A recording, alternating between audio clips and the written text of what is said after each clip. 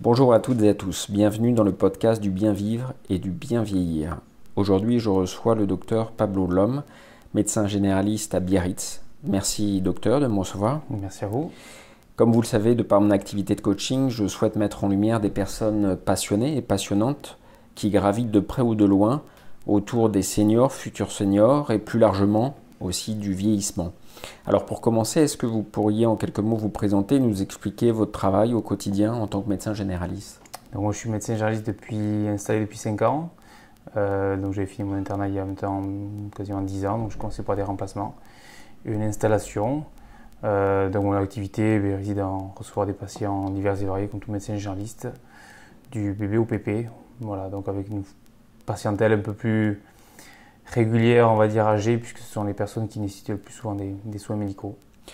Donc il n'y a pas forcément un profil type de patient, c'est-à-dire les jeunes, les moins jeunes. Toutes les catégories confondues, ouais. Voilà, les Social, femmes, les d'âge, hommes. femmes, hommes, ouais.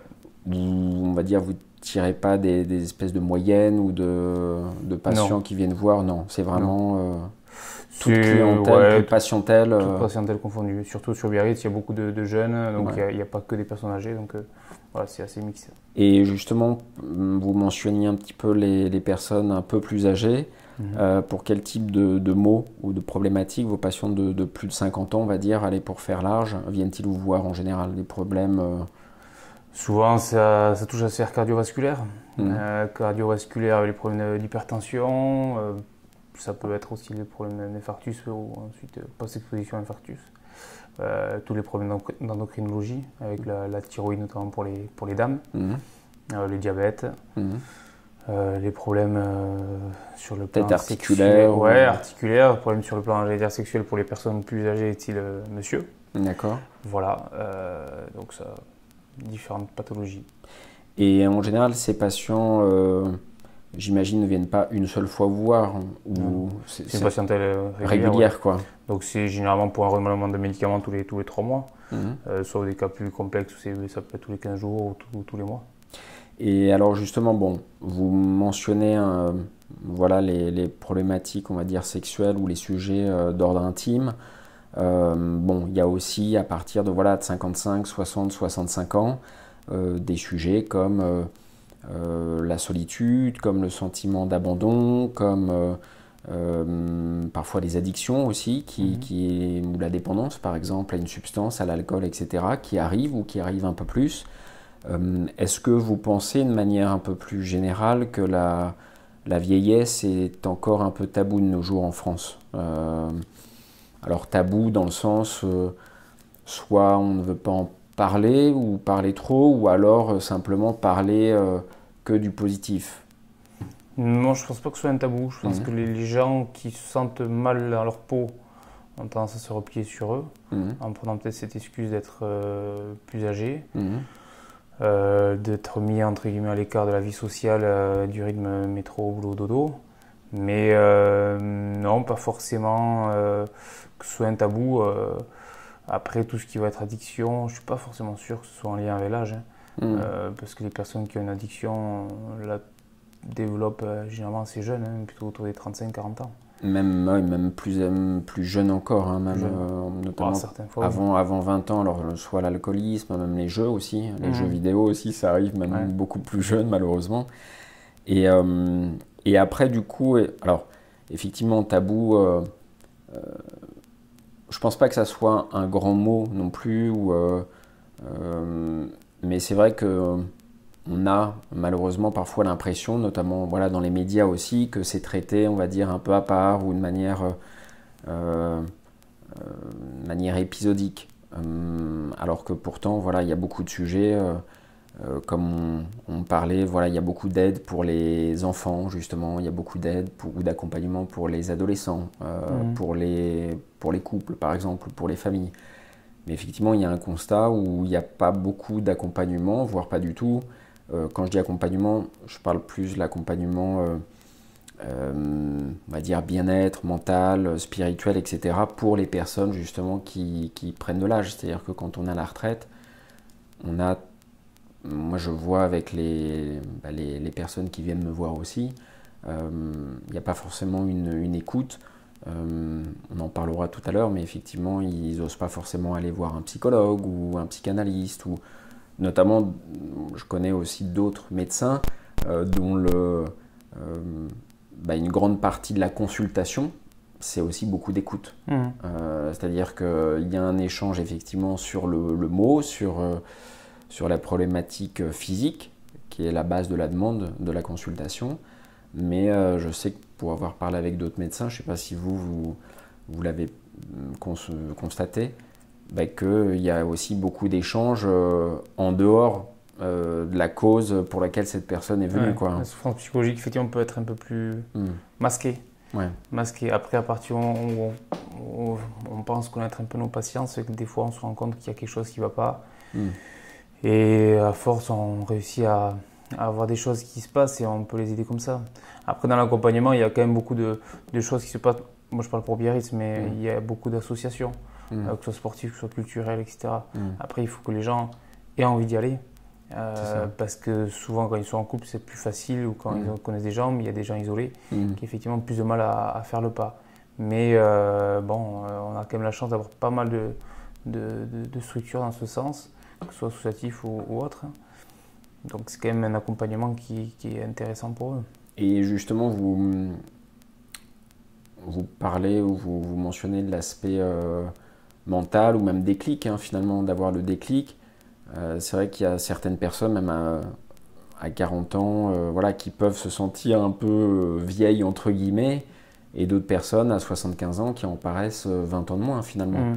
Comment est-ce que vous l'expliquez? Je pense que le rythme l'entretien social, et puis tout ce qui va être autour de leur vie, c'est-à-dire tout ce qui va être activité physique, activité culturelle, cognitive. Avec des gens qui sont ouverts sur beaucoup de choses, qui s'intéressent à beaucoup de choses et qui restent jeunes dans leur tête et dans leur corps. Et d'autres qui effectivement se contentent d'une certaine routine et qui n'ont pas une ouverture aussi importante qu'elle pourrait l'être. Donc des gens qui à 40 ans, effectivement, sont sédentaires, sont sans activité, sans lien social important et hormis leur activité professionnelle, ils n'ont pas grand-chose d'autre dans leur vie. C'est ça, c'est le contact avec les autres aussi. C'est le contact avec les autres qui leur permet de maintenir un bien-être global. C'est ça. C'est vrai que pour rencontrer aussi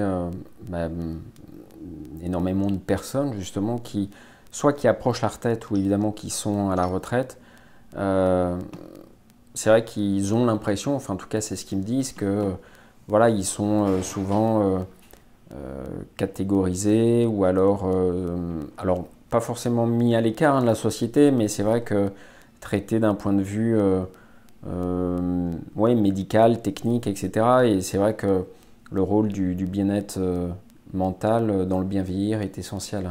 Donc. Après, c'est vrai que par rapport même à l'épisode de Covid qu'on a eu, souvent les plus de 65 ans étaient des personnes qui ciblaient. Le passage de la retraite est un cap important, où les pathologies médicales surviennent, où l'entourage a des problématiques, soit des gens perdent des amis par des cancers, par des choses autres. Et donc c'est vrai que l'âge finalement est plus souvent marqué à ce moment-là. C'est vrai qu'il y a, je remarque, il y a de nombreuses personnes autour de la soixantaine, 60 ans, 65 ans, qui font face à de nombreux bouleversements parce que lorsqu'on y pense, il y a parfois la gestion de la fin de carrière, parfois justement beaucoup de personnes n'ont pas forcément préparé la retraite en elles-mêmes ou alors ils l'ont préparée de manière bureaucratique, administrative, mais n'ont pas forcément anticipé leurs activités, ce qu'ils allaient faire à la retraite. Aussi le fait de se retrouver souvent à deux parce que les enfants sont partis, sont grands et indépendants. Effectivement, comme vous le dites aussi, les amis qui parfois commencent à avoir des petits pépins de santé, donc du coup par effet de miroir aussi, ça vous affecte. Et c'est vrai que il y a beaucoup de stress finalement, d'angoisse et qui ne sont pas justement forcément prises en compte. Parce que à la retraite, vous m'en direz un peu davantage, mais c'est vrai que la représentation sociale fait que un retraité doit absolument être plus heureux que les autres, parce qu'il a du temps, parce qu'il s'est arrêté de travailler, parce que il a du temps pour voyager, ou il a du temps pour faire ses activités ou ses passions, etc. C'est pas tout, enfin c'est même rarement vrai, c'est pas tout le temps le cas justement dans la réalité, quoi. Ouais. Après, moi, je trouve qu'il y a les gens qui acceptent cette retraite, en fait, surtout qui l'anticipent dans le sens où c'est une nouvelle vie qui s'ouvre à eux, avec justement plus de liberté, ils en ont marre de leur activité professionnelle et ça leur permet justement d'avoir du temps libre pour faire plein d'activités. Donc ces personnes-là, ce virage est très bien abordé. Et les autres, comme vous dites, qui préparent juste sur le plan administratif, pour lequel finalement c'est une petite mort déjà. Et c'est l'image peut-être que leur envoyaient leurs parents qui sont retraités, qui sont vieux. Et donc ils n'ont pas passé ce cap comme ils auraient pu le faire. Après, bon, c'est une question de préparation et de relation avec l'âge, parce que chacun a une relation à l'âge différente. Et de relation aussi avec, au sens large, même avec les autres, avec son entourage, d'où l'importance aussi de la parole, c'est-à-dire oser parler de ce qui fait du bien, oser parler de ce qui fait aussi, de ce qui rend aussi malheureux, parce que c'est vrai que même avec son propre entourage, même avec ses propres enfants, bah, parfois il y a aussi une distance inconsciente ou involontaire qui se crée aussi, parce que bah, les enfants, encore une fois, sont grands. Alors vous l'avez dit aussi, ils ont les enfants qui ont peut-être 30 ans, 35 ans ou 40 ans, qui ont leurs problématiques, leurs enfants, leurs problèmes au travail, etc. Mais effectivement, ils n'ont pas forcément conscience que leur père ou leur mère, bah, ils peuvent aussi se sentir seuls ou avoir envie d'être écoutés aussi. Donc à la fois d'un côté, oser parler pour les seniors ou futurs seniors en tout cas, et puis essayer aussi de trouver la bonne écoute finalement. Ouais, oser parler, surtout faire peut-être, comment dire, expliquer aux enfants qu'ils sont plus aussi jeunes qu'ils l'étaient et qu'ils peuvent plus assurer toutes les tâches qu'ils faisaient auparavant. Parce que souvent dans l'image des enfants, les parents restent des parents, ils peuvent s'occuper des enfants, des arrière-petits-enfants sans aucun souci. Et souvent, moi j'ai des grand-mères qui se plaignent de recevoir les enfants, enfin les petits-enfants. Ils allaient les appeler chicouf, chic ils arrivent, ouf ils s'en vont. Et quand ils les ont une fois, c'est super, mais plusieurs fois, ça devient dur. Et ils ont du mal à dire non aux enfants.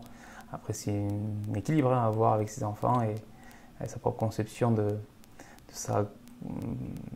son rôle de grand-parent. C'est un très bon exemple. Je sais, j'ai écrit quelques articles là-dessus sur... voilà, notamment on parlait de tabou. Bon, ça, le fait, la relation par exemple grands-parents, petits-enfants aussi, c'est quelque chose, c'est un sujet dont on ne parle quasiment pas. Dans les médias, je parle.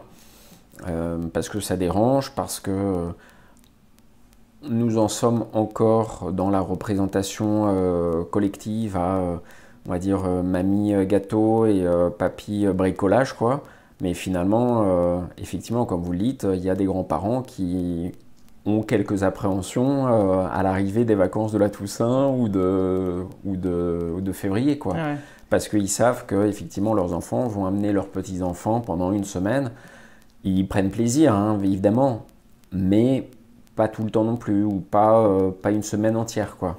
Pas tout le temps, et c'est vrai qu'il y a des retraités qui restent vifs et qui vont faire des voyages, qui vont faire des choses qui ont leur vie et qui ne se bloquent pas pour leurs enfants et petits-enfants. Et à contrario, j'ai des patientes qui adorent cette période-là et qui en profitent au maximum parce qu'ils savent très bien que quand leurs petits-enfants sont ados, à 12, 13, 14 ans, ils ne viendront plus voir mamie ou papy et que c'est l'âge qui est super pour eux. Ils peuvent encore faire des activités avec eux et ils en profitent à fond. Le partage, la transmission, laisser aussi une trace, un souvenir. C'est ça, ouais, tout à fait. Donc il y a différentes façons d'avoir les choses.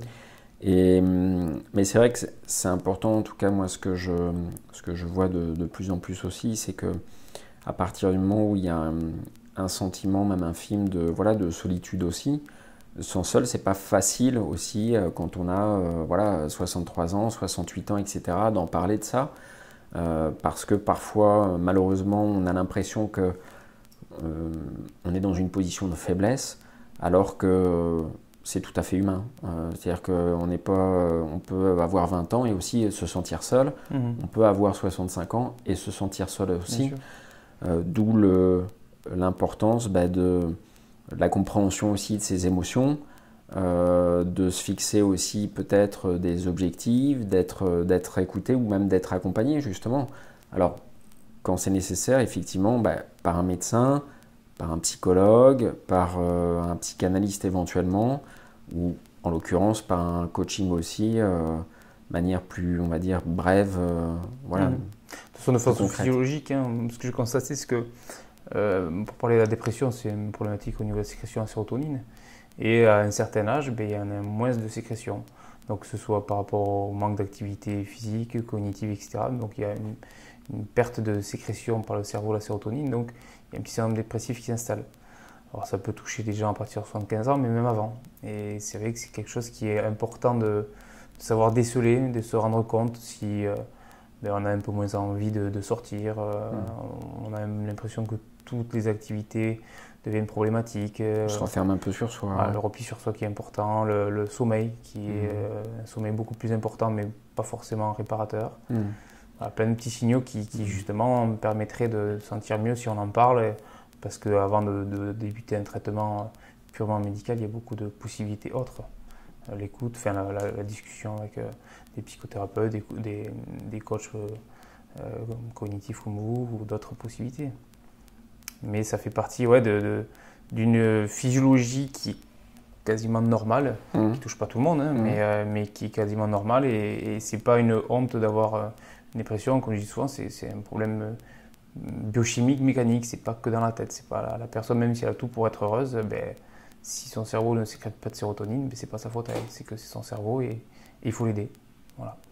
D'où l'importance, effectivement, alors, soit d'en prendre conscience, mais ça c'est très difficile aussi seul, l'importance aussi de son entourage, du coup, d'alerter, comme vous dites, sur des signaux, sur des détails, sur un changement de norme peut-être, d'habitude. Et effectivement, d'en parler autour de soi, à des professionnels, pour être accompagné, alors que ce soit sur du court terme ou du long terme, mais au moins d'être soutenu aussi pour favoriser l'apaisement, comme je le dis souvent, le bien vivre pour le bien vieillir. Et pour bien vieillir, bien vivre, voilà, justement. Tout à fait. Le couple ou les enfants ont un rôle très important dedans. D'accord. Merci docteur, en tout cas, pour cet échange.